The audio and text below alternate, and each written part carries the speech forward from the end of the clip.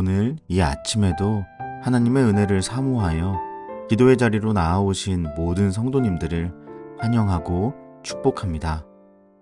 이 아침 우리에게 주신 하나님의 말씀은 신약성경 마태복음 10장 34절에서 42절까지의 말씀입니다.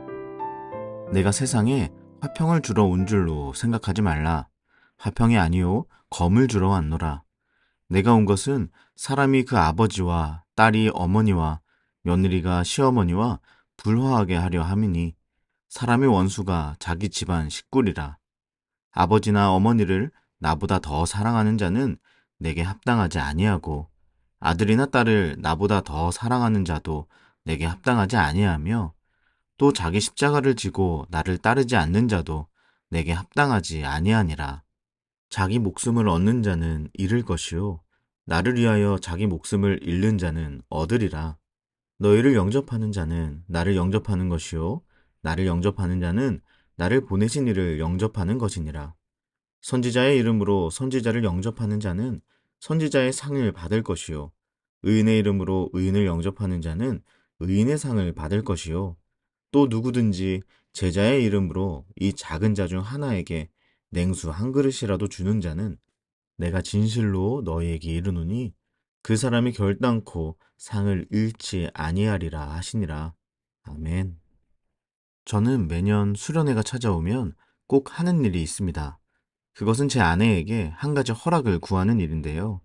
수련회를 하게 되면 보통 멀리 이동을 하고 많은 인원이 함께 생활하기 때문에 여러 가지 일에 대비를 해야 합니다.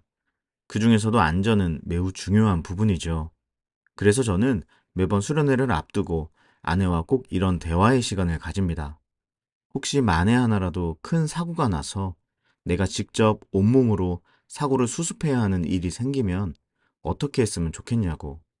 어쩌면 그 순간 한 아이를 지키기 위해서, 한 청년을 구하기 위해서 내 목숨을 장담할 수 없는 상황이 눈앞에 벌어지면 순간적으로 내가 어떤 선택을 했으면 좋겠냐고 물어보는 것입니다.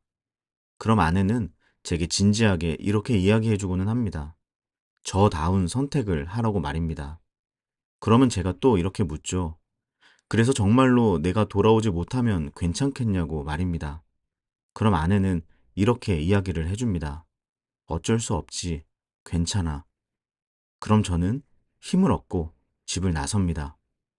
다가오는 2월 24일과 25일에도 청년부 수련회가 있습니다. 그 무렵이 되면 저는 또 이 대화를 아내와 나누게 되겠죠. 사실 이런 대화 자체가 아내 입장에서는 매우 짓궂기도 하고 누군가의 생각에는 일어나지도 않을 일을 고작 수련회 가는 것 가지고 뭘 그렇게 유난스럽나 하는 부분도 있겠습니다.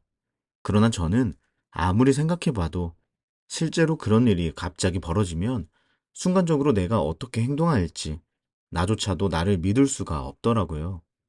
특히 사랑하는 청년들과 함께 있을 때 그런 일이 벌어진다면 제 마음이 그 상황에서 재빨라질 것이 분명한데 그때 가정 때문에 주저하고 갈등하지 않도록 아내와 미리 일종의 합의를 보는 것이죠. 내 삶에 불쑥 찾아오는 갈등의 순간에 여러 고민과 생각이 필요 없이 즉각적으로 우선순위를 지켜내기 위해서 미리 생각 정리 과정을 하는 것입니다. 인생을 살다 보면 수많은 선택지들이 있을 텐데 다른 것 다 양보해도 사명 앞에서만큼은 사명에 부끄럽지 않은 길을 선택하고 싶은 마음을 포기할 수 없기 때문입니다. 그리고 실제로 하루를 살더라도 우리의 삶에는 이러한 수많은 갈등들이 있습니다. 왜냐하면 예수님의 말씀을 따라 산다는 것은 거의 대부분 이 세상과 동화되는 삶이 아니라 이 세상을 거스르는 삶이기 때문입니다. 그렇기 때문에 만약 우리가 예수님의 말씀을 따르는 길로 향하고 있다면 예수님의 말씀을 따르기로 선택한 나와 그렇지 않은 길로 나아가게 하려는 세상과 그 불일치로 인해서 이러한 갈등들이 생겨날 수밖에 없는 것입니다. 그리고 우리는 불쑥불쑥 찾아오는 그 갈등의 상황에서 그때마다 예수님의 말씀을 따라 살지 아니면 예수님의 말씀을 거부하며 살아갈지 선택을 해야 하죠. 사랑하는 여러분, 갈등을 피하는 것이 우리 인생의 최종 목적이 아닙니다. 오늘 말씀을 보면 예수님께서도 자신이 세상에 화평을 주러 온 것이 아니라 검을 주러 왔다고 하시지 않습니까? 즉, 예수님의 말씀에 반하는 이 세상을 살면서 우리가 예수님을 따른다는 것은 그로 인해 세상과의 불가피한 갈등을 야기할 수밖에 없다는 것입니다.